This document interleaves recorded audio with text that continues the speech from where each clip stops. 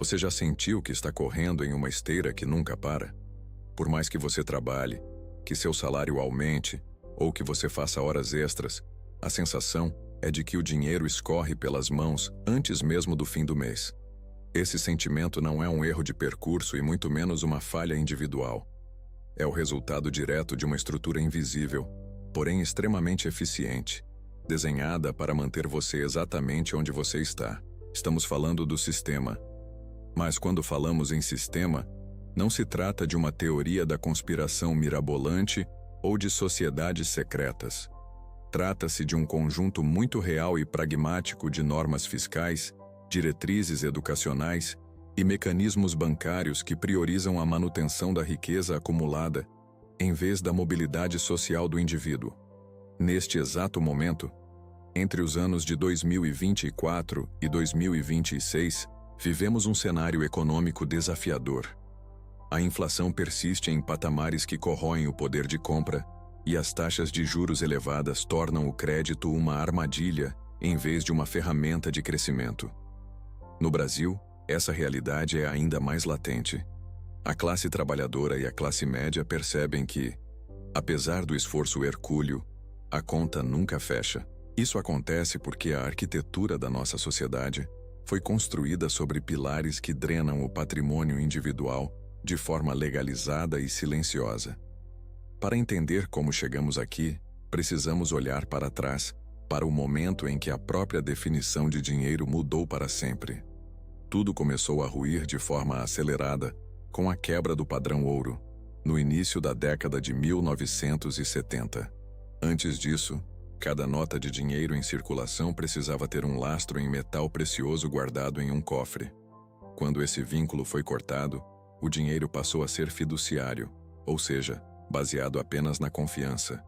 Isso deu aos governos o poder de imprimir moedas sem limites físicos. O resultado prático para você é a desvalorização constante do seu tempo. Quando o Estado imprime mais dinheiro para cobrir suas próprias dívidas, o valor de cada nota que está na sua carteira diminui. O salário que você recebe hoje compra muito menos do que o mesmo valor comprava há 5 ou 10 anos. É como se o sistema estivesse constantemente roubando pequenas frações do seu trabalho sem que você perceba. Essa erosão do patrimônio é complementada por uma falha deliberada na base da nossa formação, o sistema educacional. Se você frequentou a escola, seja ela pública ou privada, provavelmente aprendeu fórmulas complexas de química ou eventos históricos distantes, mas nunca recebeu uma aula prática sobre como o dinheiro funciona, como os juros compostos podem trabalhar a seu favor ou como navegar na complexa malha tributária. Essa ausência de educação financeira não é um descuido, é uma peça fundamental para a manutenção do status quo. Um cidadão que não entende como o sistema bancário opera é um cidadão que aceita taxas abusivas e se endivida para consumir bens que perdem valor instantaneamente. O sistema não precisa de donos de negócios ou investidores conscientes.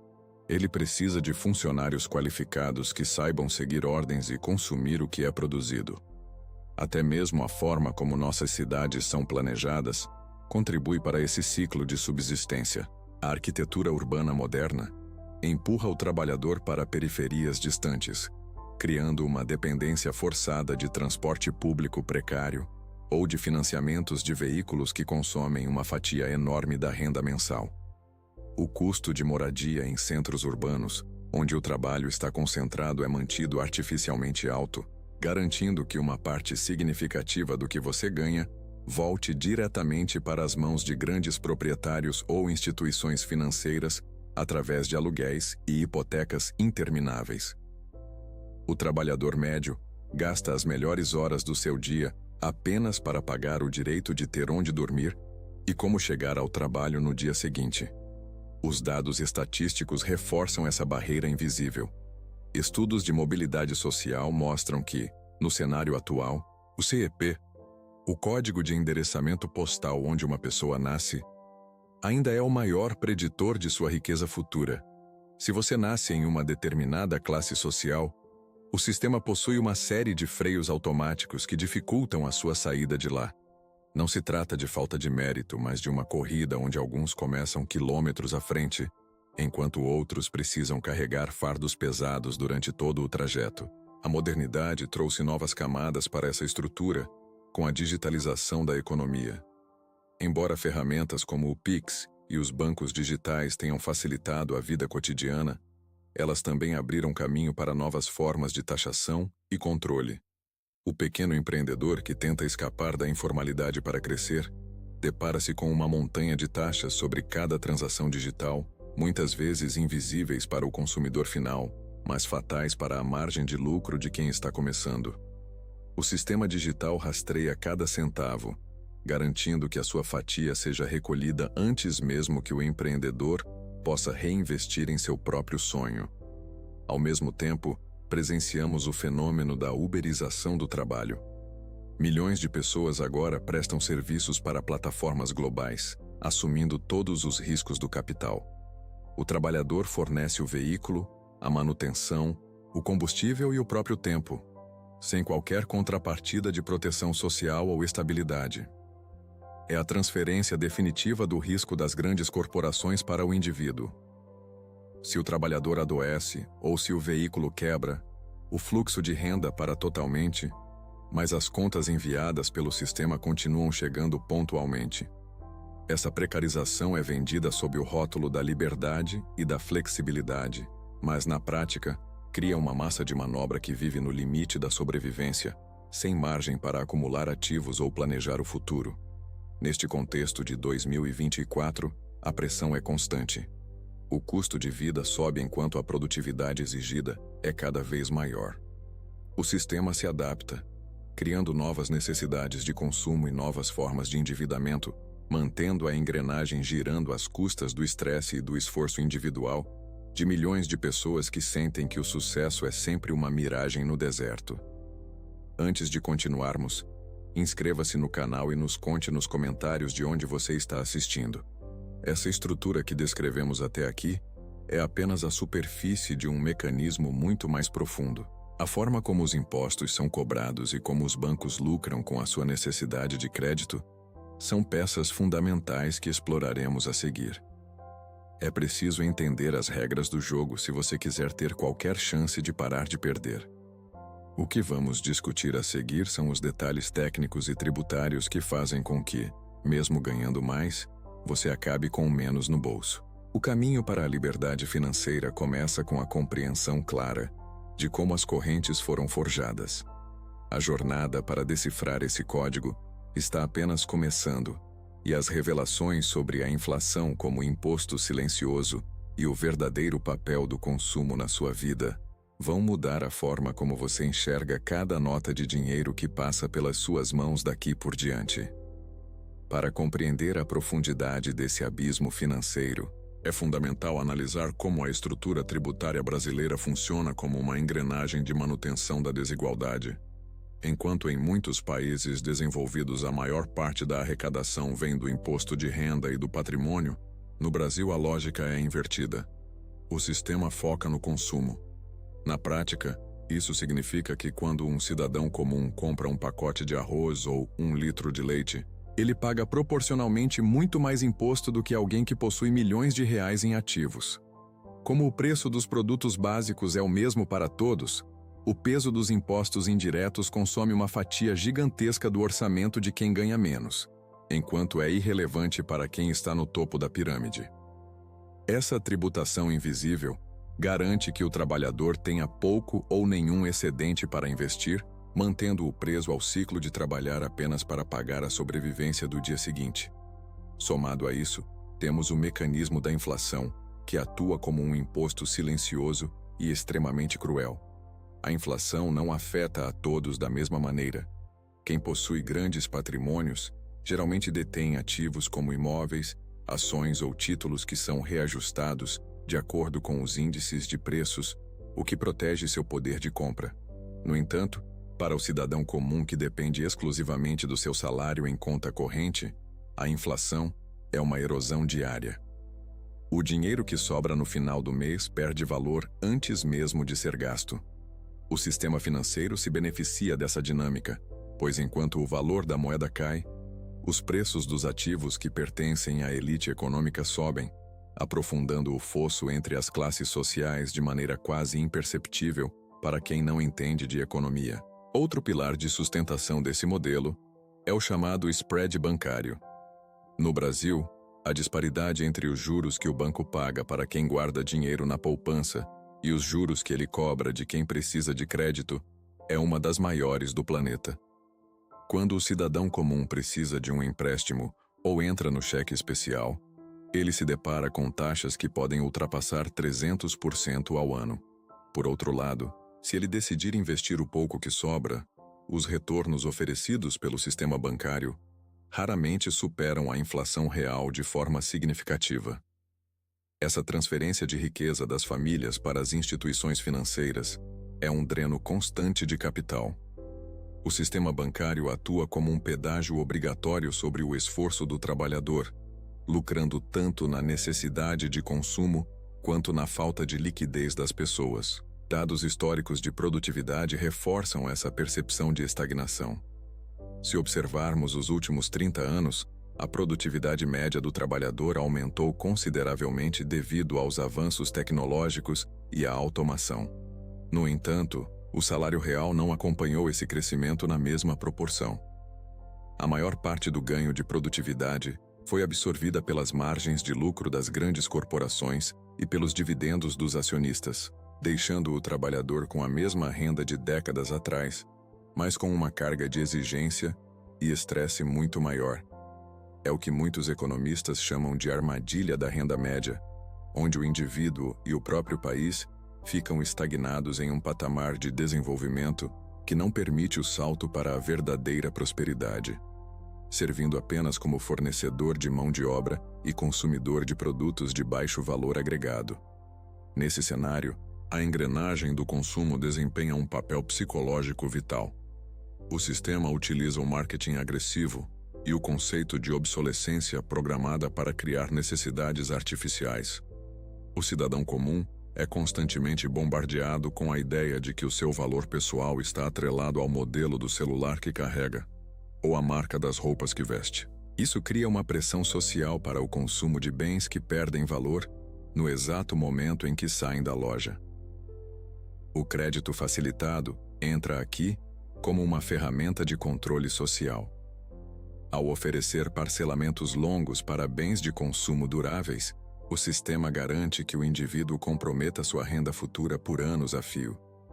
Um trabalhador endividado é um trabalhador que não pode se dar ao luxo de arriscar, de empreender ou de questionar as condições de seu emprego, pois a parcela do mês seguinte é uma corrente invisível que o mantém dócil e produtivo.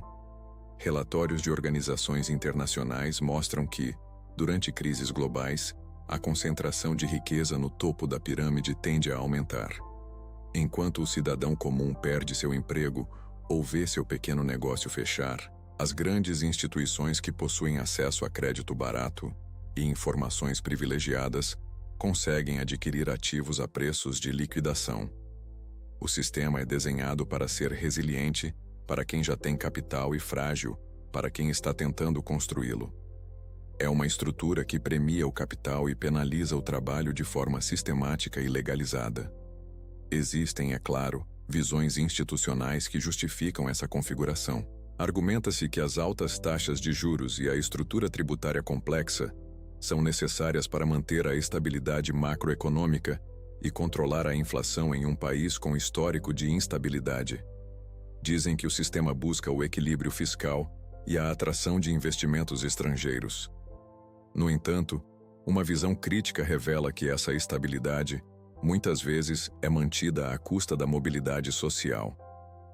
A desigualdade não seria um erro do sistema, mas um subproduto necessário para garantir uma oferta constante de mão de obra barata, que sustenta os serviços e a produção em larga escala. Sem uma massa de pessoas que precisa lutar diariamente pela sobrevivência, a dinâmica de poder que sustenta as elites financeiras poderia ser ameaçada. Essa arquitetura de controle financeiro se torna ainda mais evidente quando analisamos o pequeno empreendedor. Ele é o indivíduo que tenta romper o ciclo, mas encontra barreiras quase intransponíveis. Além da carga tributária sobre o consumo que ele também paga como pessoa física, ele enfrenta uma burocracia sufocante e taxas bancárias para pequenas empresas que inviabilizam o crescimento. O sistema parece tolerar a existência de pequenos negócios desde que eles permaneçam pequenos, servindo apenas para a subsistência do dono, e não para a criação de um novo polo de riqueza que possa competir com as grandes corporações já estabelecidas. A jornada de quem busca a independência financeira é, portanto, uma luta contra a própria correnteza do rio. Cada decisão de consumo, cada escolha de investimento e cada imposto pago são peças de um quebra-cabeça que foi montado para que o resultado final seja sempre favorável à casa e não ao jogador. Entender essa engrenagem é o primeiro passo para parar de alimentar o mecanismo que mantém você no mesmo lugar. Mas a compreensão técnica é apenas metade da batalha, pois as consequências dessa estrutura vão muito além do saldo bancário e afetam a própria saúde mental e o futuro da sociedade, como veremos a seguir. As consequências desse modelo vão muito além dos números frios de uma planilha de gastos. O impacto mais profundo dessa estrutura é sentido na saúde mental do cidadão comum. O chamado estresse financeiro crônico tornou-se uma epidemia silenciosa, corroendo a saúde pública e a produtividade nacional. Viver em um estado permanente de insegurança, sem saber se o salário será suficiente para cobrir as contas básicas no fim do mês, gera um nível elevado de cortisol no organismo. Esse estado de alerta constante causa insônia, ansiedade e depressão, afetando diretamente as relações familiares e a capacidade de foco no trabalho.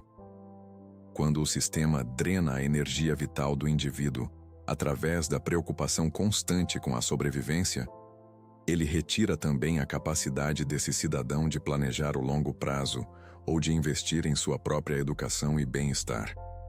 É um ciclo de exaustão que se retroalimenta diariamente. Ao mesmo tempo em que a mente do trabalhador é sobrecarregada, o mercado de trabalho sofre uma transformação que apaga a antiga promessa de estabilidade.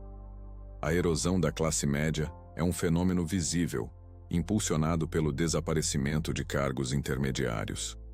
A automação e a inteligência artificial estão substituindo funções que antes garantiam uma vida confortável para milhões de pessoas. O que vemos hoje é uma polarização extrema do trabalho. De um lado, uma pequena elite de profissionais altamente qualificados. Do outro, uma massa crescente de trabalhadores em serviços de baixa remuneração e alta rotatividade, operando sob o regime da uberização.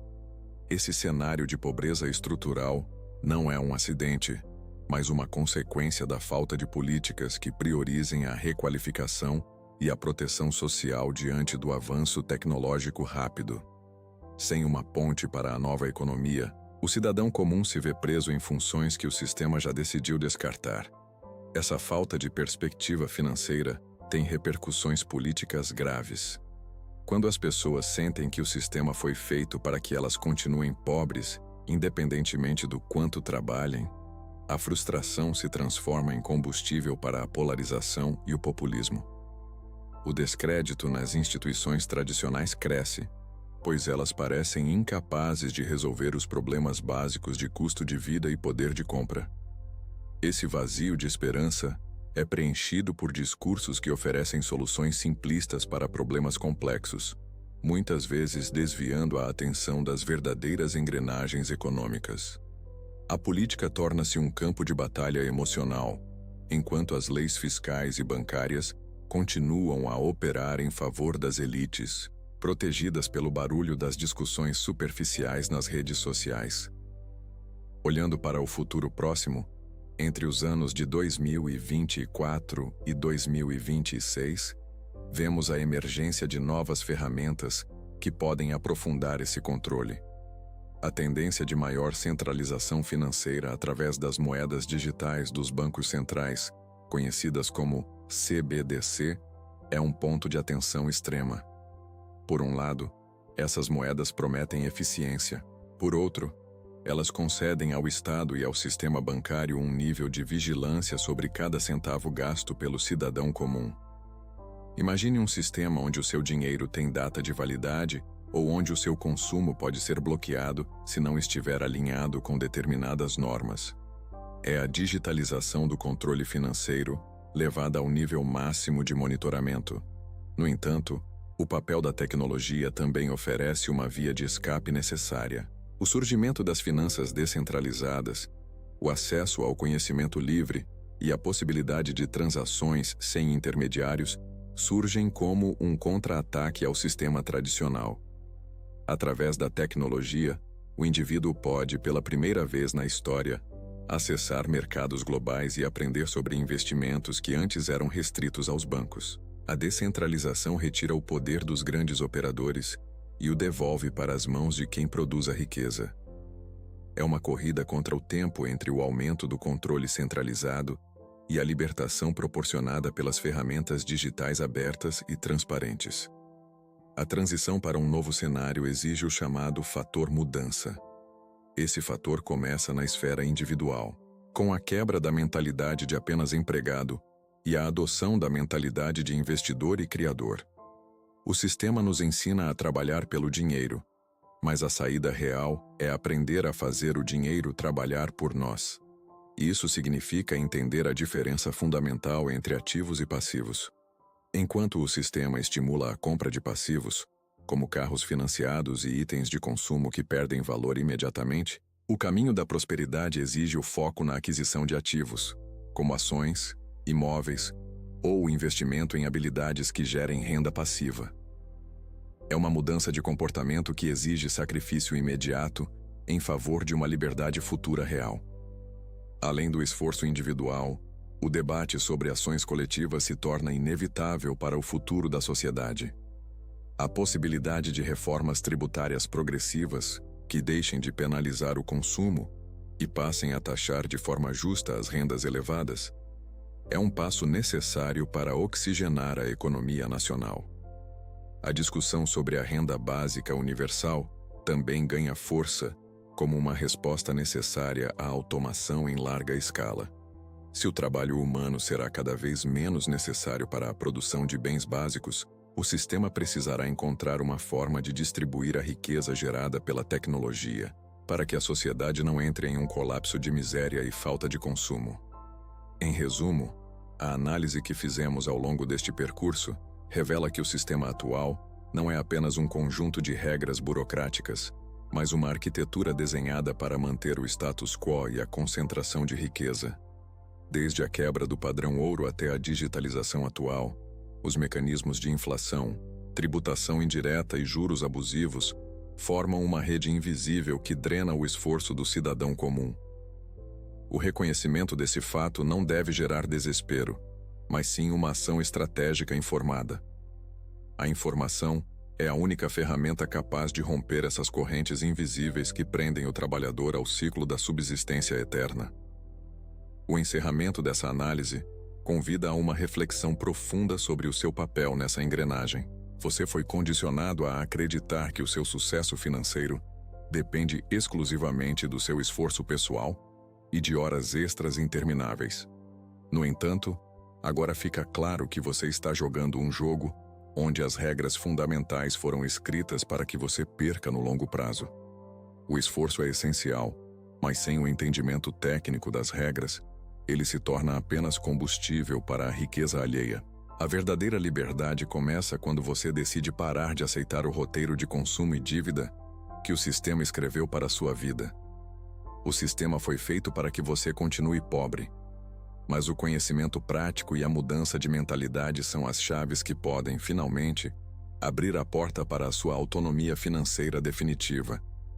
O primeiro passo é entender o mecanismo. O segundo é parar de alimentá-lo com a sua própria ignorância sobre o dinheiro.